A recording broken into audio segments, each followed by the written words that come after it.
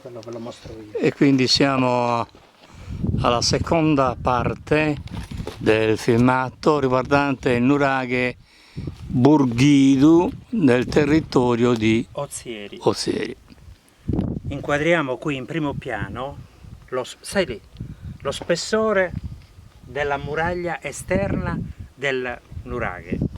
Osservate le dimensioni delle pietre sistemate una a fianco all'altra che tendono verso l'interno ad assottigliarsi leggermente. Vedete qua, qui dato questo crollo dove noi ci troviamo, possiamo vedere perfettamente la struttura del muro esterno. Vedete un filare all'interno e un filare all'esterno con riempimento al centro. Perché questo muro esterno? Questo muro esterno crea lo spazio per la scala elicoidale. Vedete, questo è lo spazio della scala che avvolge la tolos. Qui sulla destra abbiamo la tolos del piano superiore e sulla sinistra è le mura esterne del nuraghe stesso.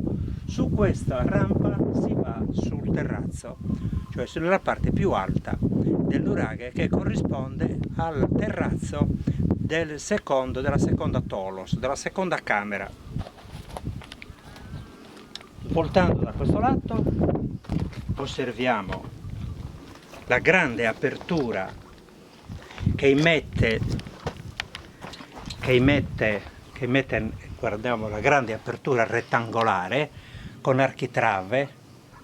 Vedete che già si è spaccato l'architrave. Questa grande apertura illumina la tolos perché non ha altre finestre e dava sulla scala elicoidale, e qui sulla parete esterna del nuraghe,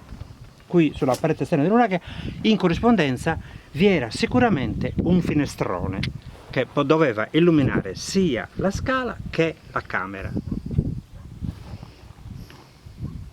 Sulla destra abbiamo nuovamente la stessa situazione che avevamo a sinistra, spessore della muratura esterna del nuraghe, spessore, vedete, e creazione del corridoio che avvolge elicoidale la scala, che viene dal basso.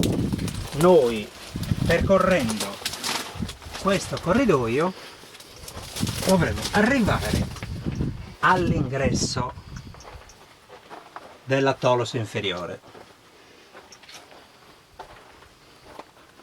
Guardate verso l'alto l'ingegneria di questi architetti nuragici dell'età del bronzo. Attenzione, approssimativamente siamo 1500 anni avanti Cristo.